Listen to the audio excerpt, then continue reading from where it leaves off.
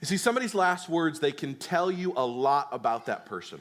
They can tell you about what they believe about themselves or what they believe about what really matters most in this life. Entrepreneur P.T. Barnum, his last words were simply this: how are the receipts today at Madison Square Garden?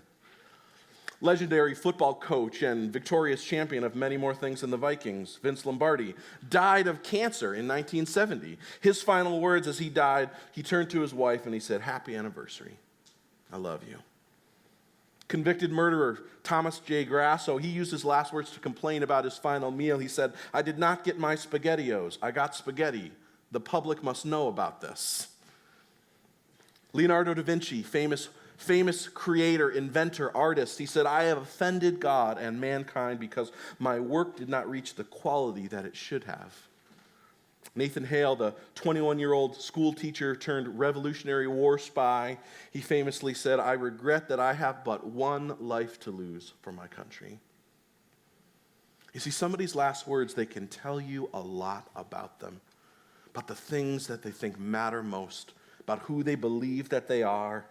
You see, Jesus' words here, his famous last words, they tell us so much about who he is and all that he has done. Like others, they reveal a lot about him. But unlike others, Jesus' words also tell us a lot about who we are as well. They tell us about our identity and our purpose. You see, and as we study this morning, what I want you to see is that the heart of Jesus' final words is a commission.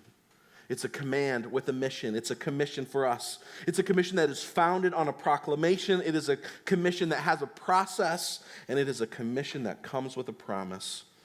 You see, the King's commission is this. Verse 19, he says, "Therefore go and make disciples of all nations." You see, to make disciples, you have to know what one is, though, right? If the King's commission is to go and make disciples, you have to know what a disciple is. And in its most general definition, a disciple is simply a follower. It's a student of someone who has committed themselves to the teaching of someone or something. Applied to Jesus, one commentator writes this: a disciple is someone who learns from him to live like him, someone who because of God's awakening grace conforms his or her words and ways to the words and the ways of Jesus. You see, what does it look like for us to conform our words and our ways to the King? All the way back in Matthew chapter 4, all the way back early in the year, I think it was probably January, we studied this passage where Jesus calls the first disciples. And his invitation to them was incredibly simple, yet incredibly profound. He said, "Come, follow me. I will make you fishers of men." You see, Jesus' words, his call to be a disciple is incredibly simple, but incredibly profound. You see, a disciple of Jesus is more than somebody who simply admires Jesus.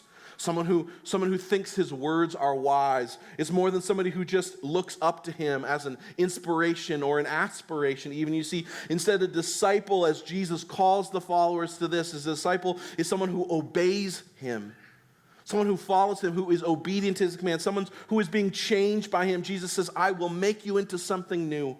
And a disciple is one who joins Jesus on the mission of helping others to do the same. You see, to be a follower of Jesus is to be characterized by obeying him, by being changed by him, and by joining him on the mission of helping others to do the same.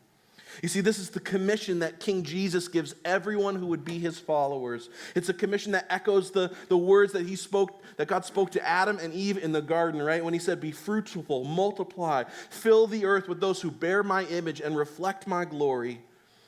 You see, the call is the same here. King Jesus sends out his kingdom ambassadors. He says, "Go, make disciples of all nations, filling the earth with my redeemed, image-bearing representatives, those who reflect my glory." You see, the commission of the King, his final words are a call. They give us purpose. They give us a commission. They send us out.